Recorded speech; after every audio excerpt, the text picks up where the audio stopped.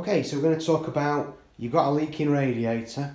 So what will have happened is there'll be a huge puddle on the floor here, okay? So it can be leaking from anywhere. It's normally leaking from somewhere around here or around there or somewhere at the back there. But this is an emergency, of course, so we need to turn this off really, really quickly. So I'm going to show you what you need to do, okay? So of course, first of all, what I would do is I'd get a towel and start mopping up or stick it under the leak, okay? And as you're doing that, I would then, if you've got a thermostatic radiator valve, you want to turn this thing onto off, okay? Or past off, okay? So there is a pin there you can slide out and it'll go past off, all right? Then you go to the other side, okay?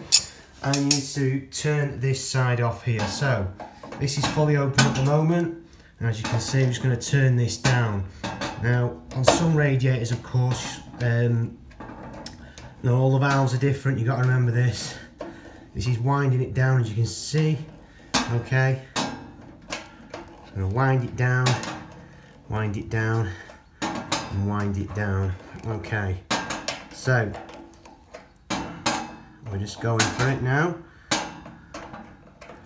There's all different ones. Sometimes you have a wheel head on there, okay? Sometimes they're a spanner.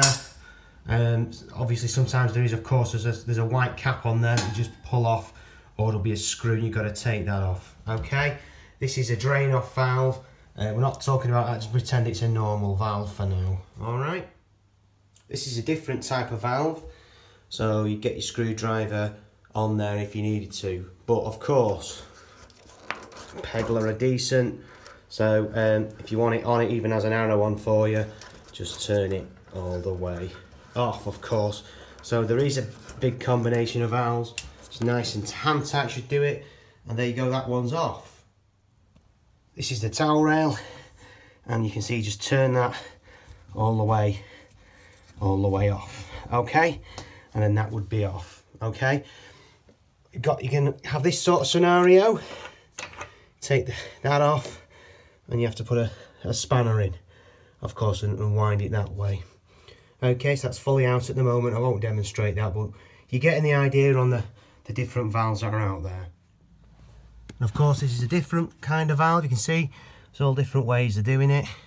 So just turn that all the way off, okay? The next thing you want to do is to make sure that the pressure's gone from the radiator. So get your radiator key. I'm going to open this, and a bit of water's going to come out, and it should just stop. Of course, we're just catching that with our towel or with our little cup or whatever, and that should stop. Like I say, it should stop. That hasn't stopped, so there's still a problem. So one of the valves is still open, so this is why we know that it's still open. So let's do an investigation. So we'll try again.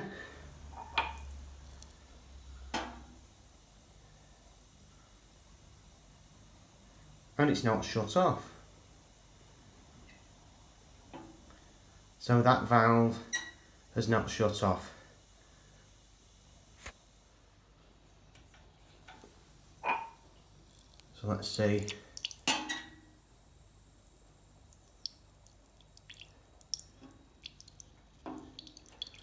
You see it's stopping, look.